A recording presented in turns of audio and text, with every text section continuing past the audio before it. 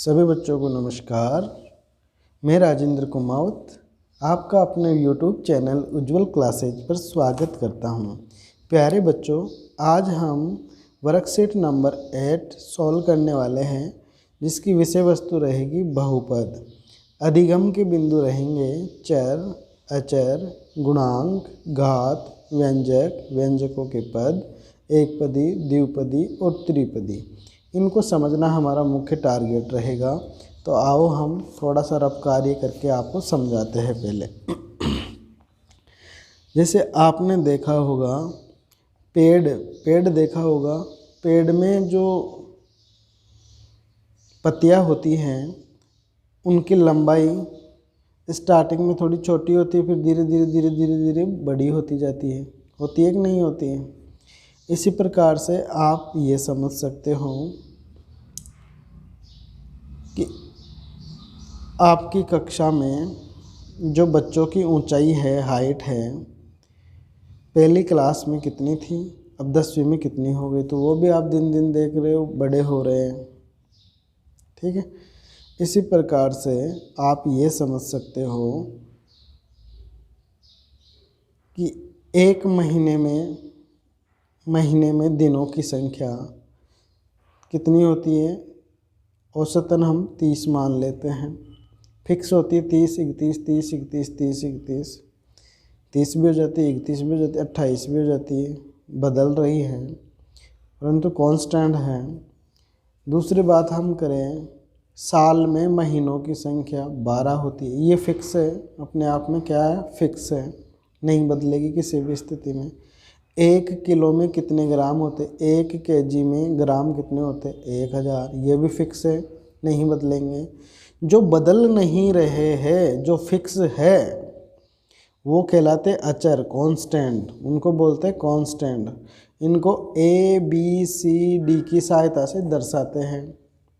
और जो बदल रहे हैं, जैसे पौधों में पत्तियों की लंबाई है, पौधों की जो ऊंचाई है वो है, ठीक है, आपकी हाइट है, जो समय के साथ बदल रही है, हर परिस्थिति में चेंज हो रही है, वो क्या है? चर है, वेरिएबल। इनको क्या बोलेंगे? चर या वेरिएबल। इनको X, Y, Z, T आदि की सहायता से दर्शाते हैं। ठीक है। तो आपको समझ में आया? ये तो अचर तो क्या होती है? एक प्रकार से संख्या होती है। अचर तो क्या होती है? संख्या होती है। और चर अकॉर्डिंग टू जो परिस्थिति है आपकी, उसके अनुसार ये बदलते रहते हैं।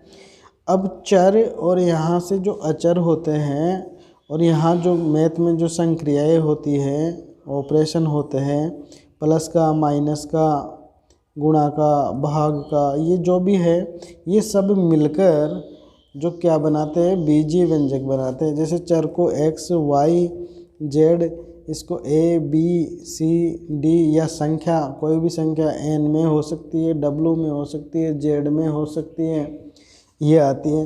जैसे यहाँ से किसी बच्चे ने X उठा लिया साहब, और यहाँ से कोई घात उठा ली, 2 उठा ली, यहाँ प्लस का चिन्ह ले लिया, फिर यहाँ पे आपने 2 ले लिया, तो ये जो x² + 2 बना, ये क्या हो गया? बीजीय व्यंजक। ठीक है, क्या हो गया? बीजीय व्यंजक। ऐसे आपने काफ़ी बीजीय व्यंजक बना लिए, इनको मिला के। ठीक है, 3x + 4, ये भी क्या हो गया? बीजीय व्यंजक। और बना लिया आपने x² - 3x + 4, ये भी क्या हो गया? बीजीय व्यंजक। तो देखो, बीजीय व्यंजक में पद क्या होता है, पदों को भी समझ लेते हैं। जब प्लस या माइनस का चिन्ह आ जाता है तो पद काउंट हो जाते हैं। तो एक पद ये वाला, 2 पद, 3 पद है इसमें 1, 2, 3 है, इसमें 2 पद हैं। कोई ऐसे भी आ जाता है X गुणा Y गुणा Z गुणा T गुणा, तो इसमें कितने पद है? तो ऐसे आप नहीं गिन सकते 1, 2, 3, 4, ये 4 पद नहीं है, इनको एक ही पद माना जाएगा, क्योंकि इसमें प्लस का और माइनस का चिन्ह नहीं आया है। इस स्थिति में इसको एक ही पद समझा जाएगा मेरे प्यारे बच्चों। ठीक है, प्लस और माइनस का चिन्ह आने पर ही पद काउंट होता है, अन्यथा पद एक ही माना जाएगा। अब देखो, बहुपद भी आया है आपके। क्या है? बहुपद। बहुपद क्या होता है? ये जो बीजीय व्यंजक है ना, और इनमें जो चर है, यदि इनकी जो घातें हैं वो क्या होनी चाहिए? धनात्मक होनी चाहिए। धनात्मक होनी चाहिए और पूर्णांक होनी चाहिए। क्या? धनात्मक और पूर्णांक। यदि बीजीय व्यंजक में प्रत्येक चर की घात क्या होनी चाहिए, धनात्मक और पूर्णांक होती है, तो वो क्या कहलाते हैं, बहुपद कहलाते हैं। यहाँ पे ये आपका बहुपद है x² + 2, क्योंकि इसकी घात 2 है और पूर्णांक भी है। इसकी घात 3/2 है जो पूर्णांक नहीं है, इसलिए ये आपका बहुपद नहीं है। ये x³ - 3x + 4 ये क्या है, आपका बहुपद है। ये भी क्या है, बहुपद है।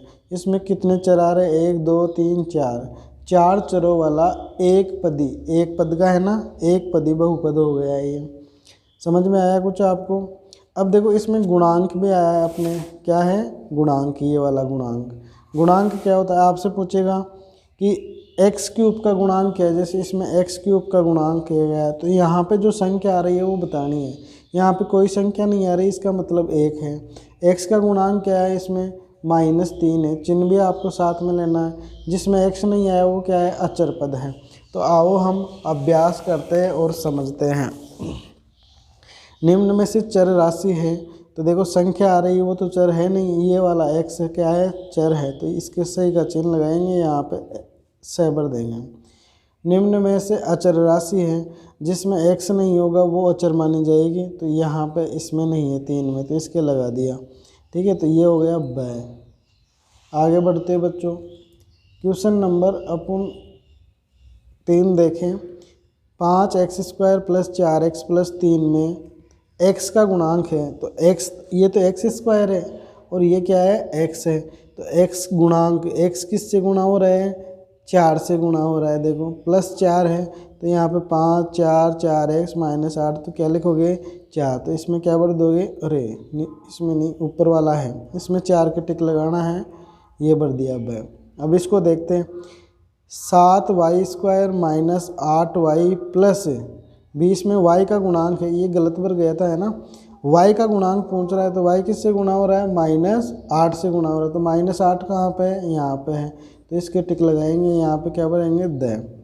क्वेश्चन नंबर 5 देखो बच्चों, किसी संख्या के वर्ग के 3 गुणा में, किसी संख्या के, तो इसको मैं रफली समझाता हूँ आपको। रफली कैसे समझेंगे अपन इसको, किसी संख्या के, संख्या का पता ही नहीं है अपने को, तो वो संख्या है x, जो पता नहीं है, जो बदल रहा है वो x है, चर है।